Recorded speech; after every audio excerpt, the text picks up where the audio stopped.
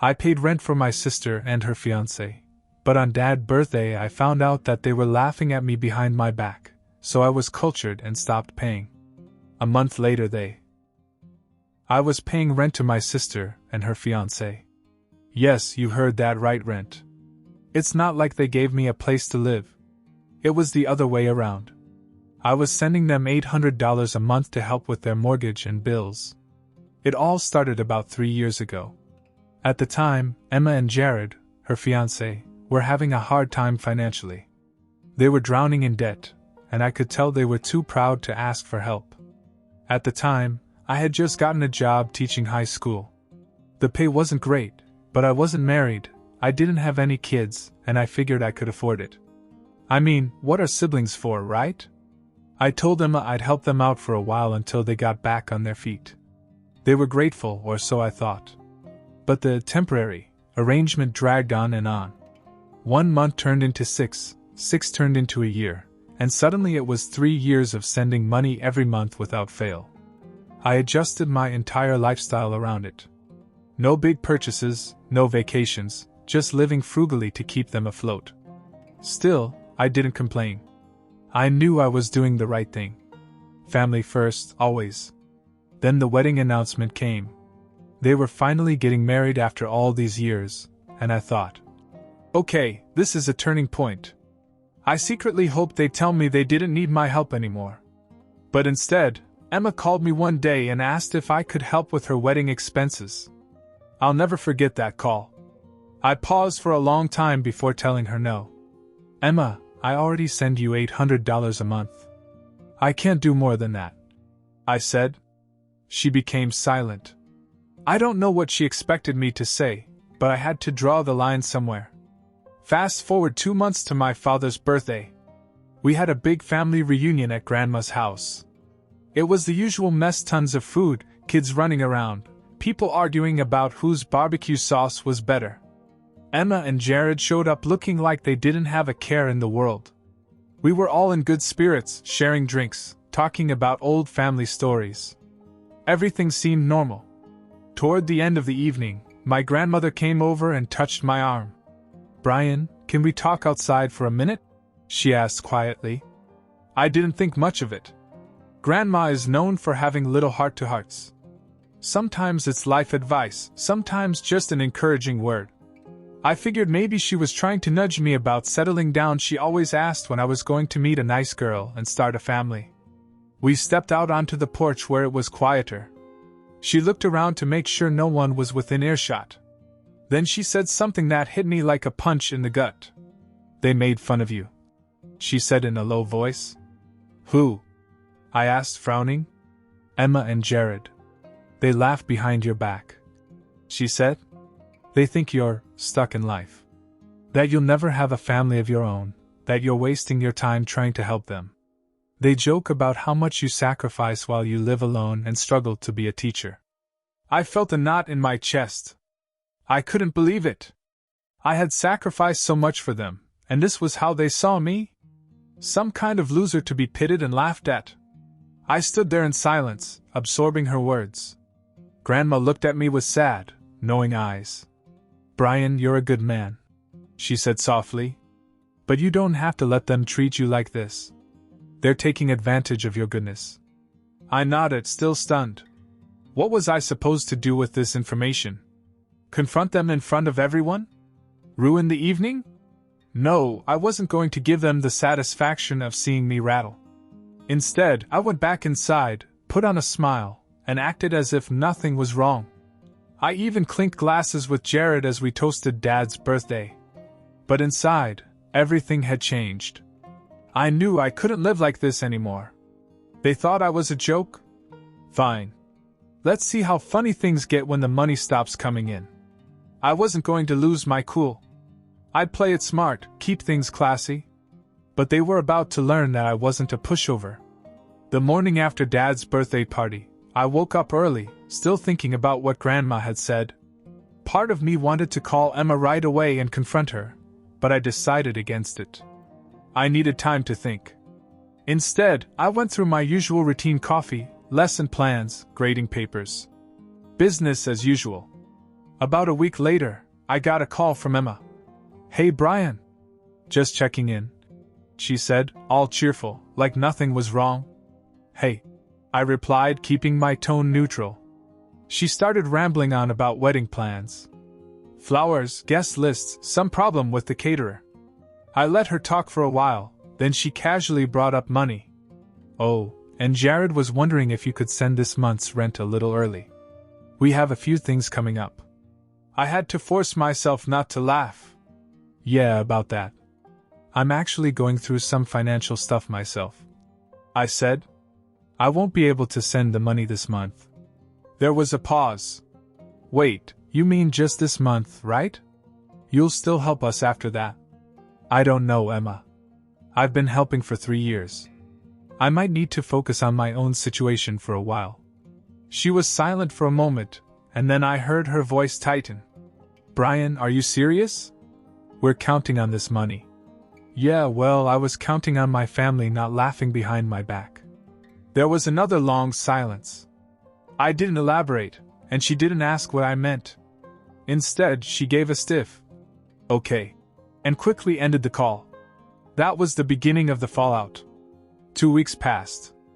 I didn't hear from Emma again, but I knew something was brewing. Then one night my mom called me out of the blue. "Brian, I just talked to Emma," she began, and I could tell she wasn't happy.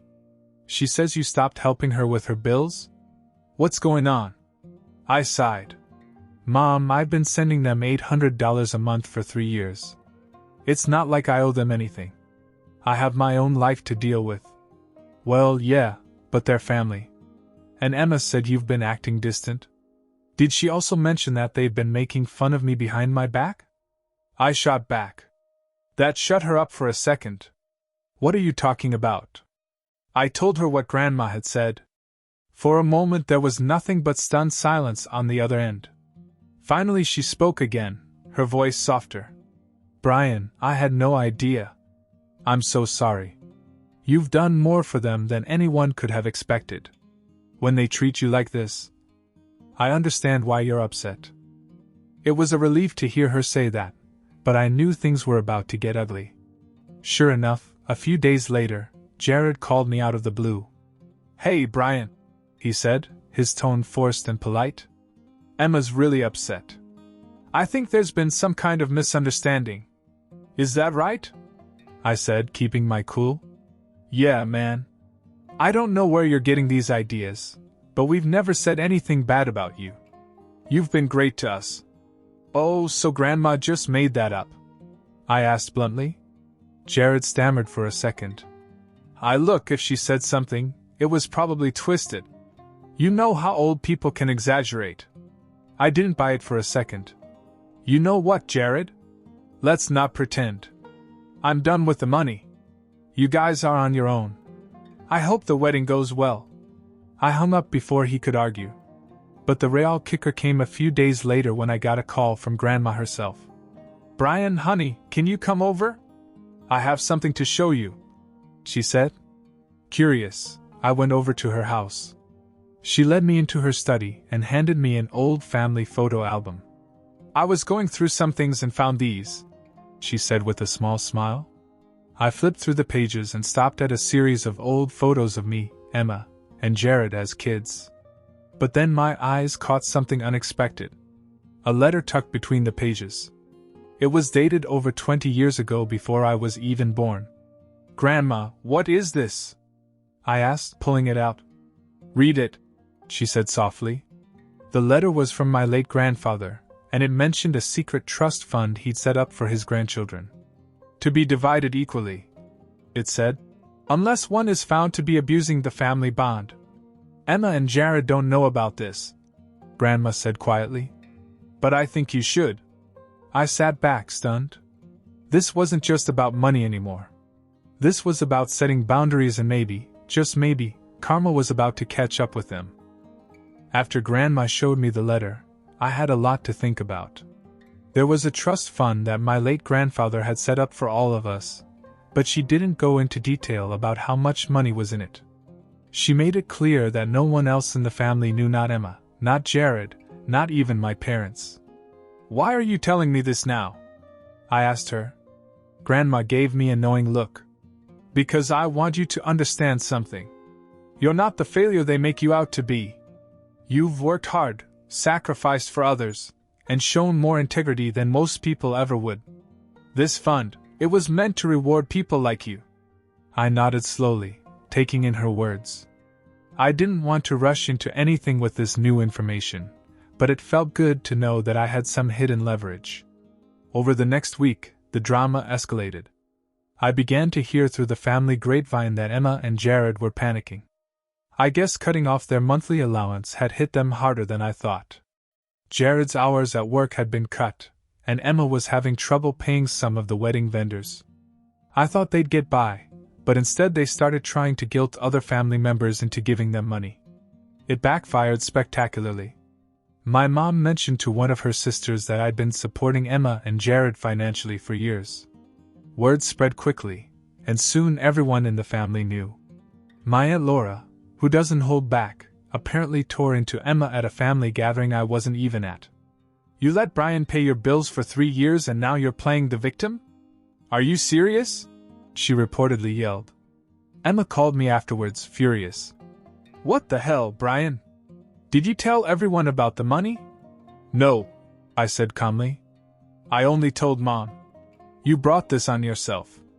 Do you have any idea how embarrassing that is? She hissed. Emma, I think you have bigger problems than embarrassment, I said. Maybe take a look in the mirror and ask yourself why you thought it was okay to treat me like a joke. She didn't have an answer. I thought that would be the end of it, but Jared decided to escalate things. He must have been desperate because he actually showed up unannounced at my school one afternoon. He waited for me in the parking lot. Brian, we need to talk, he said, trying to sound calm but clearly seething underneath. About what? I asked, crossing my arms. Look, man, Emma's been crying nonstop. People are turning against us. We just want to make things right, he said. Oh, you want to make things right now? After 3 years of taking my money and laughing behind my back? I shook my head. No thanks, Jared. I'm done being your safety net. His face flushed. You act like we wanted to hurt you. It wasn't like that, Dash. Then how was it, Jared?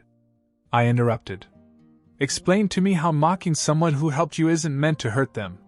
He didn't have a good answer. Instead, he mumbled something about how it was all a misunderstanding and stormed off. Later that night I got a call from my father. He rarely gets involved in drama, so I knew this was serious. Brian, he said, I had a long talk with Emma and Jared. They're struggling right now, but they regret the way they treated you. That's nice, I said flatly. But I'm not interested in fixing things right now. They need to work out their own problems. Dad sighed. Look, I'm not saying you're wrong. You've been more than generous. But maybe it's time to sit down and have a real talk with them. Clear the air. I thought for a moment. I'll think about it, I finally said. But deep down I wasn't in a forgiving mood. They had used me for years. They'd have to prove they deserved a second chance, and I wasn't going to make it easy for them. About a week after my dad's call, I got an invitation handwritten, which was weird. It was from Emma. She wanted me to meet her and Jared at a coffee shop near their house for what she called a family meeting. I debated whether to go, but curiosity got the better of me. I figured I'd hear them out, even though I wasn't expecting much. The cafe was almost empty when I arrived. Emma and Jared were already there, looking a little too rehearsed. Emma had that fake smile plastered on her face, and Jared was fidgeting with his phone. Hey, thanks for coming, Emma said as I sat down. Sure. What's this about? I asked, keeping it short. Emma took a deep breath. Look, we just want to apologize. We shouldn't have talked about you like that. It was wrong, and we're really sorry. Jared nodded and chimed in. We were stressed out and made some bad jokes. We didn't mean any of it. Seriously. I sat back and studied them. It all felt too smooth, too scripted. Okay, I said. But let me ask you something. If Grandma hadn't told me, would you have ever apologized? They froze for a second. Emma looked at Jared, who quickly spoke up. Of course we would have eventually. I chuckled. Right. Sure. They shifted uncomfortably, and that's when Emma dropped the real reason for the meeting. Brian, we need a favor, she said carefully. There it was. I almost laughed out loud. Let me guess. You need money? Not exactly, Emma said hesitantly. We need you to co-sign a loan for us. I stared at her as if she'd grown a second head. Are you serious? We've hit a rough patch. Jared jumped in. We just need some help refinancing the house. If you co-sign, we'll get a better rate, and we can do the rest. You wouldn't have to pay anything. I couldn't believe what I was hearing. You've got to be kidding me, I said. You think I'm going to put my name on a loan for you after everything that's happened? Are you even listening to yourselves right now? Emma's face flushed. We're not trying to take advantage of you. We're trying to make things right. I shook my head in disbelief. You don't fix things by asking for more handouts. You fix things by taking responsibility for your own lives. Jared slammed his hand down on the table. You're being unreasonable, Brian. We're family. I laughed bitterly. Exactly. And family doesn't treat each other like dirt. You're on your own. I got up, threw a few dollars on the table for my coffee, and walked out without another word. A few days later, the unexpected bombshell dropped. Grandma called me, sounding shaken. Brian, you need to come over right away. It's important, she said. When I arrived at her house, she handed me an envelope with my name on it. Inside was a letter from the bank about the trust fund. Apparently, Emma and Jared had somehow gotten wind of it and were trying to claim a larger share, arguing that I had withheld family assets. They went to a lawyer, Grandma said, her voice quivering with anger. They say you hid the trust fund from them, even though you didn't know about it until recently. I was stunned. You've got to be kidding me. They're desperate, Brian. You're grasping at straws, she said. But this is low, even for them. Then it hit me. They weren't just struggling, they were sinking, and now they were willing to throw me under the bus to save themselves. I'm not going to let them get away with this, I said firmly. They've crossed the line. Grandma smiled, a little sadly. Good. It's about time someone taught them a lesson. I wasn't done being blindsided, though. The next morning, I got a call from a lawyer representing Emma and Jared. I braced myself for a nasty fight, but the lawyer sounded surprisingly apologetic. Mr. Daniels, he said, I wanted to let you know that my clients have decided to withdraw their lawsuit. They'd like to settle the matter privately. Withdraw their claim? Why? There was an awkward pause. Let's just say, some new information has come to light regarding their financial situation. I think they realized they were in no position to pursue it legally. I couldn't help but wonder what had happened. Later that day, I heard from Aunt Laura. Apparently, Jared had been fired from his job after someone anonymously reported that he'd been embezzling small amounts of company money. To make matters worse, the bank had rejected their loan application outright, citing credit concerns. Karma had hit them hard, and I hadn't even lifted a finger. A few days after the fiasco with the trust claim, I was still processing everything when Emma texted me. We need to talk. Please. I ignored her. The next day, without warning, she showed up at my apartment. She was pacing outside my building when I got home from work. I sighed, but got out of the car. What do you want, Emma? I asked, already exhausted. She looked exasperated. Brian, I didn't know Jared was going to take it this far with the lawyer. I swear I didn't want it to happen. He panicked. Panicked? You were both perfectly fine trying to screw me over with that trust fund, I said. She looked down at her feet and didn't deny it. I'm sorry, okay? We've just been under so much pressure. The wedding costs, the house, everything is falling apart. You know whose fault that is, right? I shot back. Maybe you wouldn't be in this situation if you hadn't relied on me for so many years. She winced, but then surprisingly said, You're right. But I don't have anyone else to turn to. I stared at her in disbelief. You don't get it, do you? I'm done. I gave you years of my life, thousands of dollars, and all you did was laugh behind my back. Now you come here and expect me to save you again? Brian, you're my brother, she said quietly. We're supposed to look out for each other. Yeah? Where was that support when you and Jared made fun of me?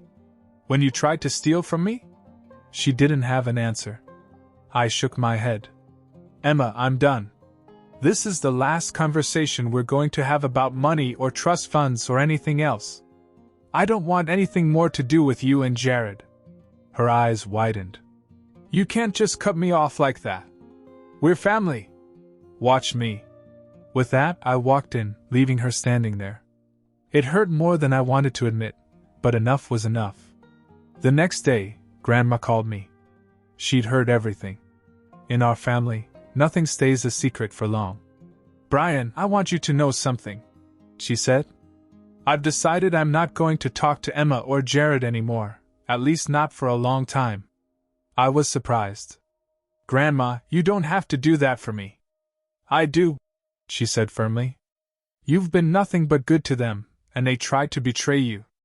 If they don't respect you, they don't respect me. They crossed the line, and I'm not going to pretend otherwise. Hearing that from her meant more to me than I could put into words. A few weeks later, I got another surprise. I ran into Aunt Laura at the grocery store, and she pulled me aside. She said, Hey, I heard about everything that happened. I just wanted to tell you that I am proud of you. She said. Proud of me? I asked, confused. Yeah. You finally stood up for yourself. Emma always had a way of manipulating people, but you didn't let her walk all over you. I shrugged. It wasn't easy, but I couldn't live like that anymore. Well, you did the right thing. And by the way, you might want to check in with Grandma. She's making some changes to the trust fund. That caught my attention. Changes? Laura grinned. Let's just say Emma and Jared might not be included in the future plans. Sure enough, when I visited Grandma a few days later, she confirmed it. I talked to the lawyer, she said. I've decided that if Emma and Jared can't show responsibility and respect, they won't get their share of the trust. I'm giving them a chance to change, but if they don't, the trust will be divided between you and your cousins instead. I was speechless for a moment. You don't have to do that, Grandma. I don't want any of the money. I know, she said, smiling. That's why you deserve it. After that, I cut off all contact with Emma and Jared. No texts, no calls. I blocked their numbers and stopped dealing with any family drama. Slowly, things started to feel easier. I didn't realize how much of a burden I was carrying until it was finally gone. The real kicker? I heard through the grapevine that Jared had moved out of the house after losing his job. Their relationship was on the rocks and Emma had to move back in with her mom. I wasn't happy about it, but I couldn't deny the irony.